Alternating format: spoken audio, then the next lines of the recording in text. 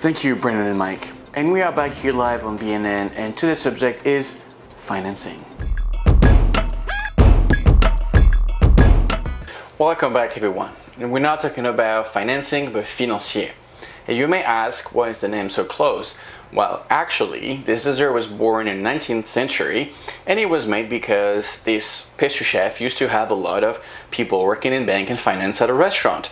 And they didn't want to get stain on their finger, because all this paperwork to do. So invented a very moist cake that looked like a gold bar. Pretentious, right? But hey, whatever. You said it, not me. Two things remain to be done before we make this delicious almond cake. For us to get cooking, and for you, as always, to subscribe. Let's go.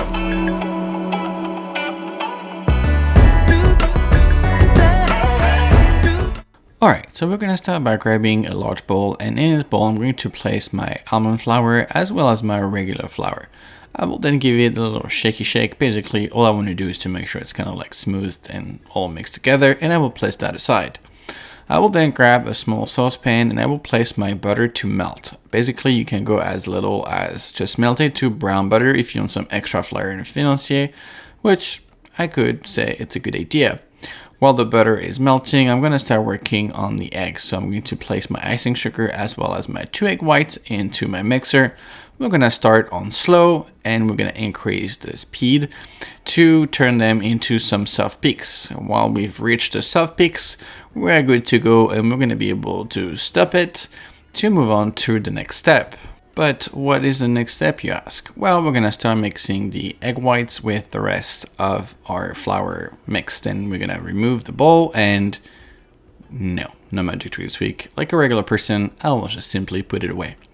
Anyway, back to our recipe. I will take my egg whites with the sugar and then almost a meringue, and then we're going to place that on top of our 2 flours and we're going to mix them. But be careful, you want to lift it up. You don't want to crush those whites, right? It has to be airy to have a nice and light cake. And when everything is incorporated, we'll stop there. We definitely do not want to overmix. I will then add my vanilla, and then once again I'm going to mix it in, and as soon as it's mixed, we'll stop.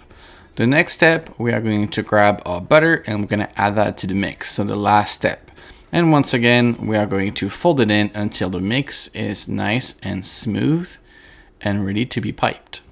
So the next step, I'm going to grab all that beautiful dough, if you want to call it that, and I'm going to place it into my piping bags.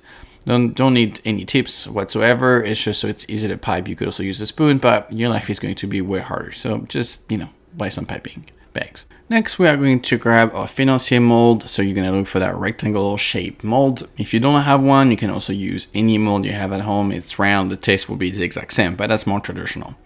We're going to pipe them almost 7/8 of the way, and then I'm going to kind of like tap them on my bench just so I can remove any air bubble.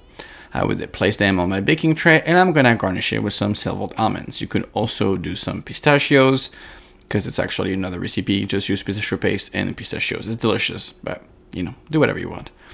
And then I'm going to place them in the oven at 425 for 12 minutes. 12 minutes later. And just like that, we've obtained some beautiful almond cake, golden brown and delicious. I'm gonna let them cool down for about 10 minutes and then I will release them off the mold and place them onto a resting rack just so they can finish cooling before I can do the ultimate taste, which is for me to eat them. Because at the end of the day, the only reason I have this channel is so I can eat, because I love food and especially dessert. On that note, I'm gonna plate them and eat them.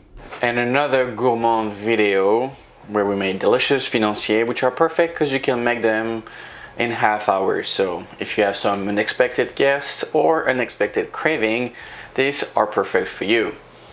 Fairly easy to do and require very limited ingredients that are pretty much pantry staples. If you enjoyed this video, please like, comment, and subscribe. The recipe, as always, will be in the description below. I would love for you to subscribe. I said that once, but I'm gonna say it again because that really helped me to make more of these videos. I will see you soon, and I will have a little bite.